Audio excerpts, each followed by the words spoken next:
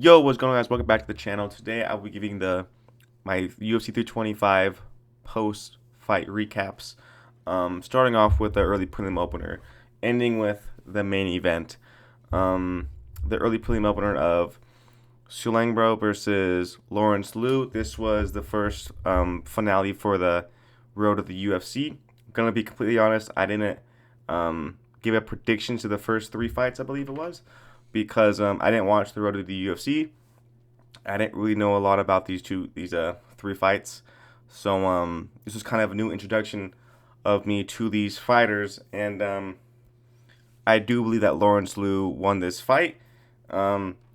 He has a very weird style where it's like he just runs first. By the way, these two don't look like they're from the same weight class at all.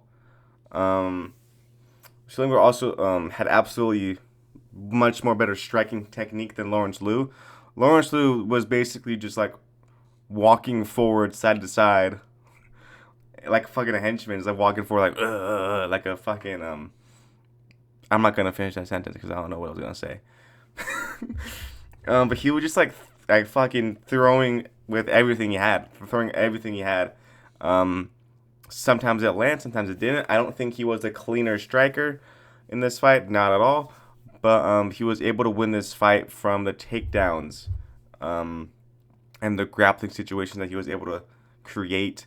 Overall, it was a good fight. These first few fights, I'm not going to have much to say just because it was fucking 8 hours ago. And I don't have that great of a memory. So yeah, overall, I think it was good. It was a good scrap. Lawrence Liu, welcome to the UFC. Going on to the next fight. This is a fight that I will remember just because of the fact that he just absolutely fumbled this performance. Sebastian Gillay fully just had the first 2 rounds. He had it with ease. I thought these first 2 rounds. I mean, he was basically dominating this fight. But round 3 happened. And Nakamura immediately was like, I'm down 2-0. I need to push the pace on him. And I need to walk Gillay down. And that's exactly what he did. Getting an incredible front knee knockout, basically. I mean, he kind of put him out cold. And then Gillay got up for a little bit. But at that point, it was already done. This is a fight that I think both of them should be in the UFC. I know that, like, on technicality, Nakamura won the contract to get there, but I do believe that Sebastian Gillay is UFC worthy because he was dominating this fight for the first 2 rounds, 10 minutes, piecing him up with the striking. It was one of those things where it was like Nakamura just wasn't active enough, but when he was throwing, it was landing, but he wasn't throwing enough. Whereas Gillay was just throwing the whole kitchen sink at him and was basically landing most of the time until that 3rd round where Nakamura just started piecing him up. And that showed great cardio from Nakamura. Gillay kind of gassed out a little bit. The pace that he put on kind of became too much of a pace for himself, it seemed, which really sucks. But I do think these two guys are both UFC level and UFC worthy. So although that Nakamura technically won the contract, I do believe that Gillay should be part of the UFC sooner than later. But this is a great win, great knockout, highlight reel knockout by Nakamura. Flush knee, like that one gets. No one's really surviving that. That knee was insane.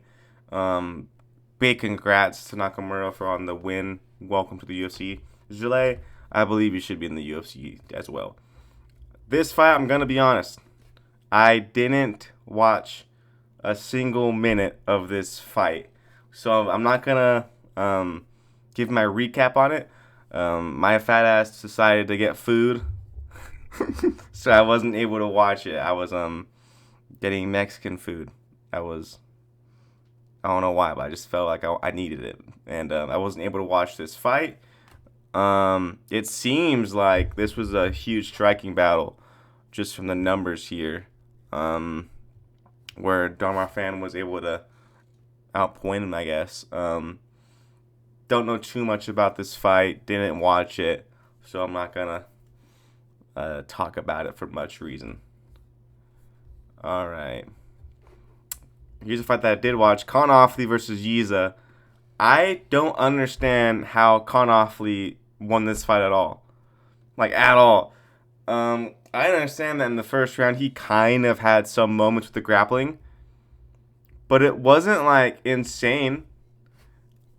I thought, and then Yiza knocked him down at the end of the first round, which I thought gave him that round. We'll talk about the Volkanovski versus Lopez fight soon, but I thought Yiza won that round, and then round 2, he dominated Con Offley. That was an insane round. He fully dominated. Let me see the stats. Yeah, he fully dominated him. Like, it wasn't close at all. Round 3 was the closest round, I thought. That was a round that I could see going to Offley, but that's the only round that I think that he could have won. I thought that this was a clear Yiza win, and I am very surprised that they gave it to Offley, because that just makes no sense to me.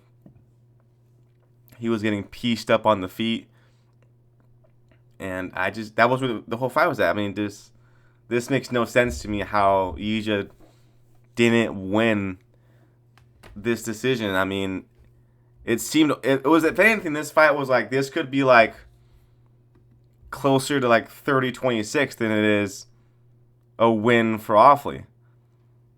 I don't understand how you could give this fight to Con Offley whatsoever.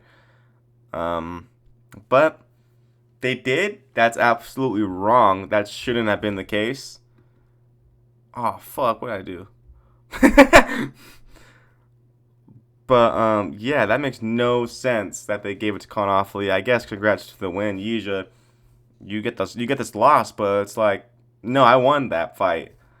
You just should be saying, no, that was my win. You stole that win. You didn't win it yourself. They gave that to you. Because that's exactly what they did. Yeah, this was just a weird fight because I don't understand how Offley won this at all. This was not... I shouldn't say this wasn't a close fight because there were close rounds, but I just felt like Yiza won those rounds still, you know? But they gave it to Con Offley. It's terrible. All right, here we got the main prelim opener of Jonathan Mikalev versus Oban Elliott. Oban Elliott was doing so well, and basically until like he got taken down. He didn't even get taken down really though. So Oban Elliott's piecing up Jonathan Mikalev in this first round. Basically the whole fight, honestly. It wasn't... Oban Elliott looked like he was gonna steamroll Jonathan Mikalev. It like his striking was just so much faster, so much more crisp. I just don't. And then he first of all dominates round 1, and then round 2 he does even better. He starts hurting Jonathan Mikalev with a nasty combination, and with like I think the first 2 minutes of the round, pins him up to the cage, and then he gets taken down, and then Mikalev gets the back of Elliott, and he sinks up the rear naked choke, and Elliott doesn't tap, so he gets put out cold by Jonathan Mikalev. And it's one of those fights where it's like Mikalev stole that. It wasn't, you know what I mean? He stole that win because he was getting pieced up and for the most part dominated. And as soon as the fight gets taken to the ground, he's immediately just like, all right, I'm better than you here. I'm just going to keep you here and find the back, get my hooks in, and then beat the hand battle and just submit you. And that's exactly what he did. This is terrible because like Oban Elliott looked fine. And Mikalev was fucking bloodied up and beaten. And who gets his hand raised? Jonathan Mikalev, just because he's like, yo, I'm just a better grappler than you. And it's all it took is one attempt. One takedown is all it took for him to win that fight after Elliott was piecing him up on the feet. Great win for Mikulev. Elliott, this is kind of just one of those fights where I said in the predictions that he's not great at everything. He's not great at one thing. He's decent at everything.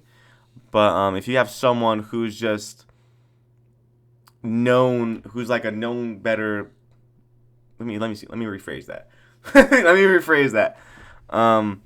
Oban Elliott is a decent mixed martial artist at everything, but if you put him up against someone who is like a specialist in one thing, or someone who is just that much better than him in one of the martial arts, they're gonna beat him, and that's what we saw here. Because as soon as Mikulev got this fight to the ground, he immediately was like, right, I got your back, I'm gonna submit you, and then it's over. Just like that. It was very fast. So yeah, Elliott's got to figure that out, and it's just a great win for Jonathan Mikulev. And I'm excited to see what he does next. Next, we have Jacob Malkoun versus Torres Finney. This was the worst performance I've seen from Torres Finney, and that's something to say because his first fight, he didn't throw punches. This fight, he threw punches. Problem is, he was a punching bag. Jacob Malkoun just had much better boxing than Torres Finney, and Torres Finney had no head movement. Torres Finney didn't really even attempt takedowns. He went 0 for 1, it says here.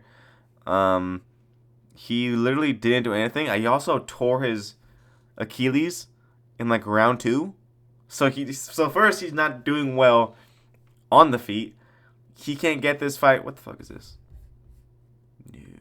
He can get this fight to the ground, and then he tears his Achilles in his right leg. So now he's an injured fighter. We're not gonna see him the rest of the year, most likely. He's probably done for the year. So his lone performance this year, he got dominated with boxing. Couldn't get a takedown, which is what he's known for. Tears his Achilles. Is out for the year, and Dana White is now like, I told you guys he wasn't UFC worthy, and he might get cut. He might get cut just because of how bad this performance was, and it sucks because he had to fight his way even to the UFC. He had to win 3 Dana White Contender Series fights to even be like, all right, fine, we'll let you in the UFC. And Jacob Malkoun trains with Robert Whittaker. I can't fucking speak. Trains with Robert Whittaker. He just pieces up Torres Finney with relative ease. So it's a great win for Jacob Malkoun. He looked really good. I think you should give him one of the more higher ranked or higher level unranked middleweight fighters. And Torres Finney has to recover, go to rehab, all that stuff for the Achilles, and hope to make a comeback in like November, December, but most likely he's going to be back like in January or February of next year. It's a tough loss for Torres Finney, and this is a great performance from Jacob Malkoun. Hopefully he can stay more active, just so his stock rises more. All right, next fight we have Cam Rousen versus Cody Brundage. Cody Brundage did his best impersonation of Anthony Smith during the TKO sequence, but this was just like Cody Brundage would literally do nothing. He'd like put his back literally against the fence, against a cage, and Cam Rousen wasn't like forcing him there. Cody Brundage would just like walk backwards to the cage, and then he would just like try to like jump into like a combination, and Cam Rousen was like, no, I know that's what's gonna happen, so he rarely got hit by that. Cam Rousen just was very smart, showed a lot of feints in this fight. Yeah, I mean, this seemed very easy for him. Cody Brundage didn't really bring much to the table. He attempted a takedown in the funniest way. He kind of just ran at him. Cam Rousen, yeah, he just won with relative ease. He hurt Cody Brundage in the second round, and then he wins by, I believe, ground and pound, where Cody Brundage crawled into a ball, like Anthony Smith, the Armadillo fucking guard. And yeah, this was just like a Cody Brundage didn't do much. His coach was like giving him like the correct like things to do. And Cody Brundage was like, nah, I'm not doing that shit, dude. I'm gonna find my way to get this elite knockout. But he just was nowhere near it. And instead he got knocked out. This is a good win for Cam Rowston. The UFC tried to play it off as like, this is a huge win for Cam Rowston, beating a great veteran fighter. It's Cody Brundage. He's not great. No, he's not great at fighting. He is one of those cans, and he performed like a can for Cam Rowston. I hate how my fucking mouse is literally pointing to his nipples. All right, yeah, great win for Cam Rowston. Cody Brundage is probably gonna get cut, as he probably should. Cam Rowston, another one of those guys that should get a high level unranked middleweight guy. Good win for Cam Rowston. Cody Brundage, you fucking suck ass. All right, next fight: Junior Tafa versus Billy Elikana. Dare I say, Junior Tafa was somewhat piecing up Billy Elikana in the first round. Just by he mocked him with his power in that first round. 40 seconds into the first round, Junior Tafa lands a huge overhand right, and it drops Billy Elikana, and he almost seemed like he was out of it. But he was able to survive that. And then you saw, like, after that in the first round, Billy Elikana just wasn't trying to, like, throw much. He wasn't really walking forward. He was backpedaling, trying his best to, like, not get hit by Junior Tafa. And Junior Tafa did look good in that first round, but he's Junior Tafa. He's going to get tired. And in round 2, that's kind of what happened. Billy Elikana lands a nasty 1-2 combination that rocks Junior Tafa. Elikana is able to take down Junior Tafa and then just immediately take the back and sink in the rear naked choke in the second round, where it's a fight where it's a comeback win just because he lost that first round, but he kind of easily won that second round. Junior Tafa seemed like he was already near the end of that fight halfway through the second round. Huge combination, rocks Junior Tafa, and then Junior Tafa's not great on the ground to begin with. You take him to the ground where he's not fully there, and it's going to be a very easy win for you. And that's exactly what happened with Billy Elikana, with just able to just grapple fuck Junior Tafa to the ground and sink the rear naked choke. All right, on to the main card. We have Quillem Salkilld submitting Jimmy Malarkey. The Minority Killer is now 4-0. Fuck, I probably should not have said that, but shit.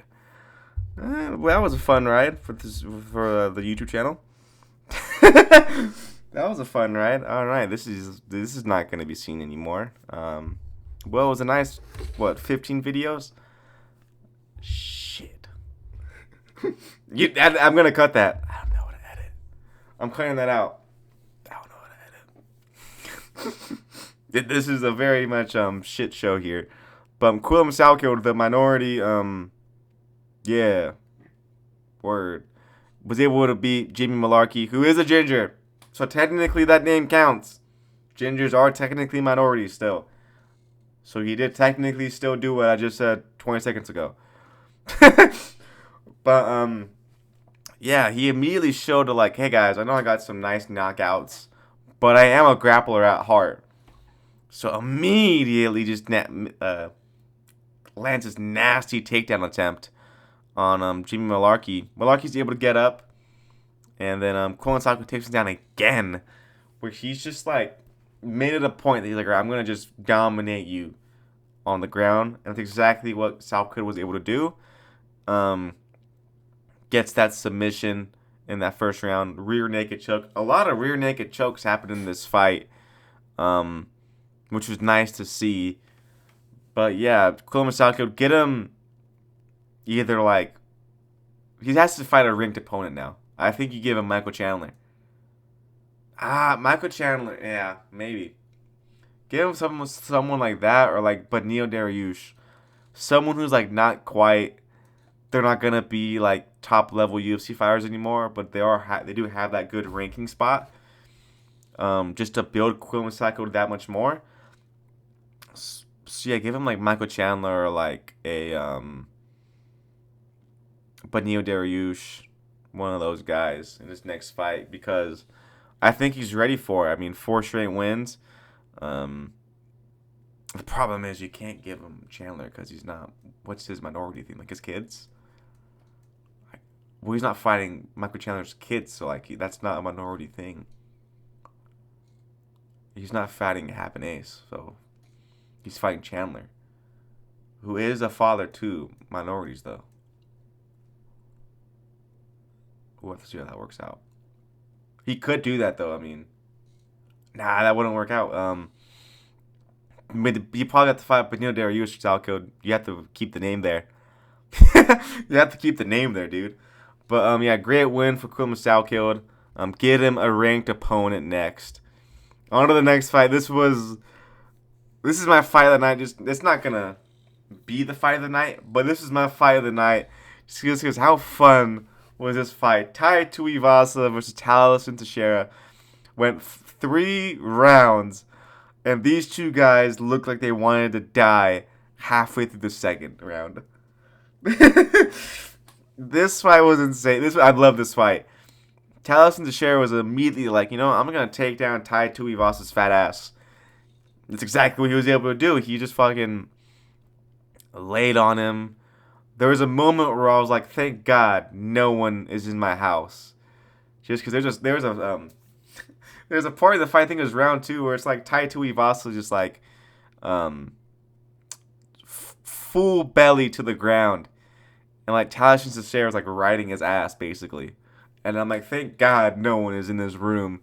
That'd be terrible if like my mom fucking walked downstairs and was like, what the fuck are you watching? And it's just like 2 guys where like one guy's clearly like fully just like on his ass, while his guy's fucking on his fucking fat ass belly's on the ground. You know what I mean? I can't let that slide. So it was just so funny though, because then in round 3, Taliesin Teixeira is fully gassed. I don't know how he had a worse gas tank than Tai Tuivasa did. Tai Tuivasa had to cut from 330 to 265 in this fight camp, and yet Taliesin Teixeira gassed out before Tuivasa did. Taliesin Teixeira did win 2 rounds to 1. That one round was round 3 where he was like, I'm just trying to survive this round, and it was really bad because like Tai Tuivasa was also tired. But like he would land like a nasty shot on Taliesin Teixeira, and then he would start to like fucking try to grapple Teixeira because he's tired. So then for like 30 seconds, it's just like Tuivasa like and Teixeira just like on the cage, just like holding each other like, yo, I'm fucking tired, dude. It was just that like, and then they break up. Tai Tuivasa would land like another good flurry of punches, and then he would again be like, yo, I'm fucking tired, dude. Let's grapple for a little bit. That was basically round 3. It was amazing though. I love this fight just because how funny it is. Just 2 fucking blobs, just going at it with each other. That was a great fight. These 2 guys are not good. They're not good fighters at all.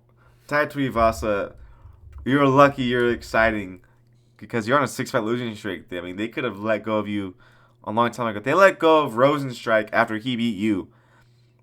You're lucky you have that name value to like Australian fans just want to see you fight in Australia. Because without that, you probably wouldn't be in the UFC for a long time. Next fight, we have Rafael Fiziev versus Mauricio Ruffy. Or Ruffy. This is a fight where I was like, Ruffy's not doing a whole lot in that first round. For the first like 3 minutes, like Fiziev. This is a very technical matchup, by the way. Very technical striking. I thought Fiziev would try to grapple a little bit. That's what he did against Justin Gaethje, although he did lose, and against Bajo Mundez, where he almost exclusively won with those like hard kicks and then grappling. I thought he was gonna do that again this time, especially seeing that Ruffy struggled against Benoit when it comes to the grappling. But Fazib was like, no, I'm gonna make this a technical striking battle. And for the first 3 minutes, he was winning that fight. But then after that, Ruffy, I guess, was just downloading information because after that, he basically pieced up Fazib from then on, and he was able to get a TKO. He landed a nasty right hand as Fazib was kind of coming in. Like Ruffy was out of range when he throws the jab, so Fazib didn't really go back far enough because he was like because Ruffy was only throwing one punches. He wasn't throwing combinations. So and his jab was money. So once Fazib was able to get away from that jab, he was like, I'm fine here. And then Ruffy just throws a nasty right hand that knocks down Fazib, I believe, and Fazib was on shaky legs the rest of the fight. He'd get up and you could just tell he was not there anymore. His legs were done. They're like fucking jello, basically. And Ruffy just came in and finished the job on the ground and gets the big win. Yeah, Fazib just looks small out there. Like, and I don't mean like physique-wise, because physique-wise he is a bigger guy than Ruffy, but I just think like he just looks compact and small for the division. Whereas Ruffy seems like a nice build for the division, long and lengthy. Yeah, it's just a great win for Ruffy to get back on the win column. I think you give him a guy like Dan Hooker. I think that's his next step. You give him Dan Hooker, another striker versus striker matchup. Give him some more time to like get that grappling back. Because at the end of the day, you want to build Ruffy because he kind of is a fighting nerd, not really. He trains more in Australia now, like with Volk and them. But you want to build his stock. So give him one more fight against a striker, and then you test him against like a Patty if he decides to fucking grapple though. All right, going on to the co-main. Speaking of Patty, maybe Patty was right about Dan Hooker's grappling. Maybe he was right about Dan Hooker's grappling. Because he got his ass kicked. He looked good for the first few minutes. Every single time Benoit would try to take down Dan Hooker would immediately jump to Gilly. And that would make Benoit try to have to get away from that and stand up. So that was doing really well. He was landing some really good teep kicks to the body that seemed like it was hurting Benoit a little bit. Hooker was having a fucking people forget, man, kind of fight the first 3 minutes. And then we remembered who Benoit Saint-Denis is, and he just grapple fucked Dan Hooker from then on.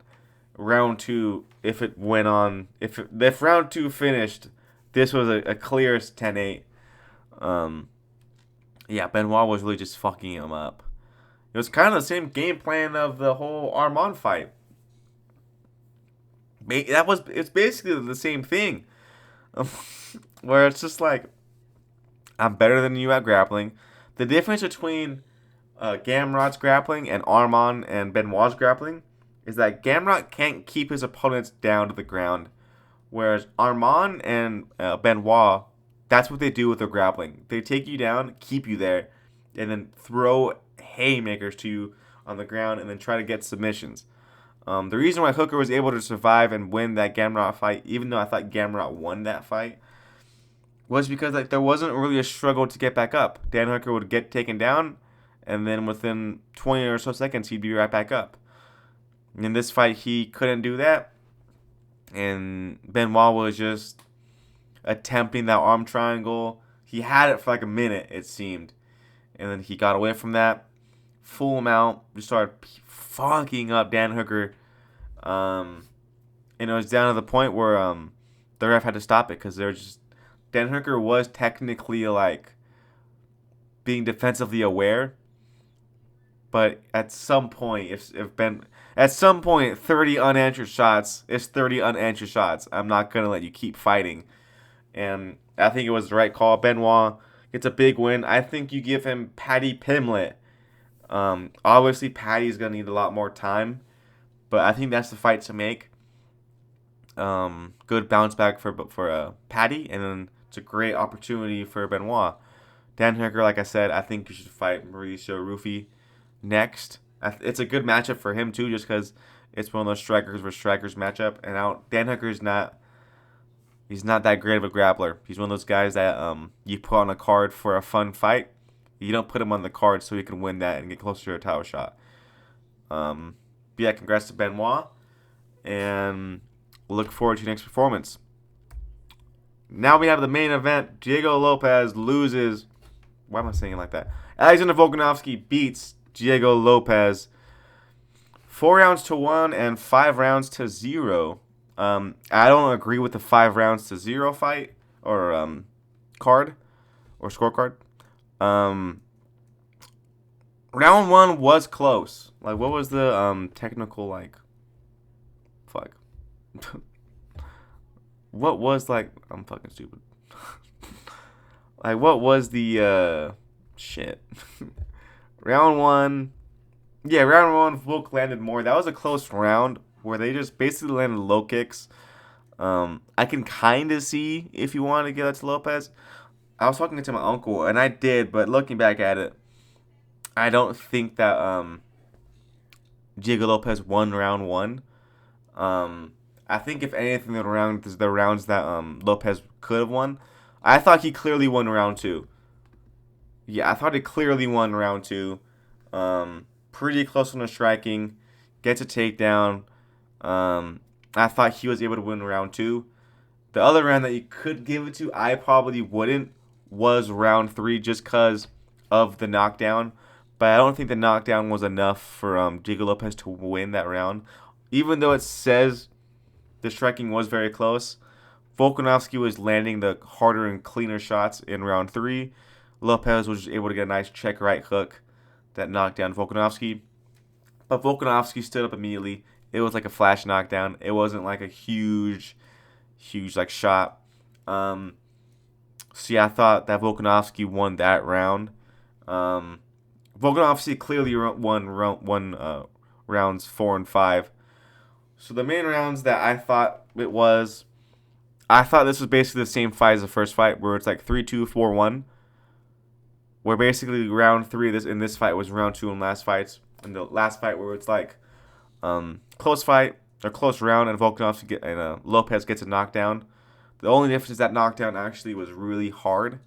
This one, Volk got up literally the next second. And then round 2, I thought that was the only round that Diego Lopez clearly won. I understand the 4 rounds to 1, not so much the 5 rounds to 0, because the rounds were close. Round 1, looking back at it, Volkanovski did win that round. It was a very close round though. Round 2 was a close round. I thought Lopez won it. Round 3 was a close round. Thought Volk won it. Rounds 4 and 5 were clear rounds for Volk though. Volkanovski just did what he did last fight. And the game plan was kind of the same, and it worked again. Lopez was able to make sure that Volk couldn't go escape from like his left. But the whole southpaw thing just didn't make sense to me because he's not a southpaw guy, and he also wasn't cutting the cage the right way that a southpaw should. You don't let the guy go to the left still.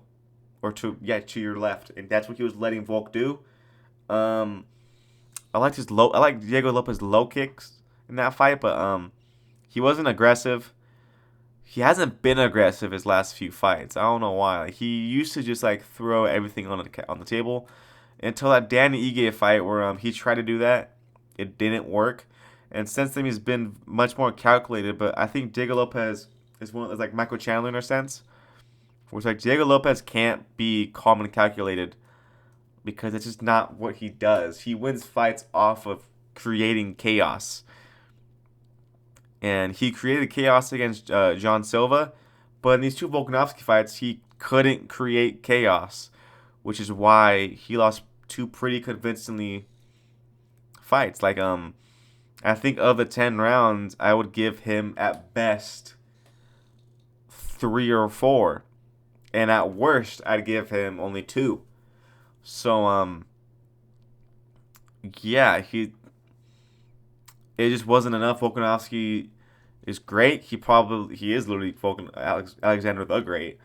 Um, Still going at it at age 37. I think that he should fight the winner of Movzar and Lerone Murphy. I think that probably should be the fight for the London card in like March, I believe. That should be the fight. Winner of that gets to fight Volkanovski in like August, September, October, one of those things. As for Lopez, now you have the Yair fight. That's on the table. Um, Another fight you have is the Aljamain Sterling fight. You have that on the table now. Or he's kind of made it seem like he wants to go up to 155 because he thinks that there's no longer a shot at him at 155, at 145, which is kind of true. Like, as long as Alexander Volkanovski's the champ still, I don't think Diego Lopez is going to get another title shot.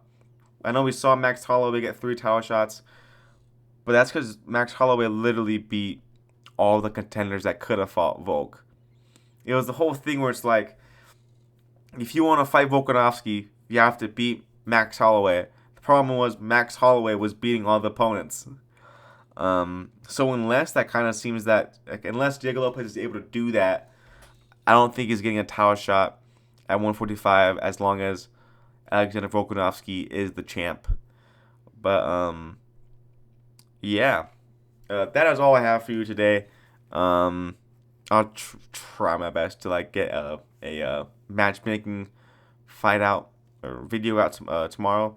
I do work 8 hours, so we'll try to see what I can do within that. But yeah, that was all I have for you guys today. Hope you guys have a great rest of your day, and I'll see you guys in the next video. Peace.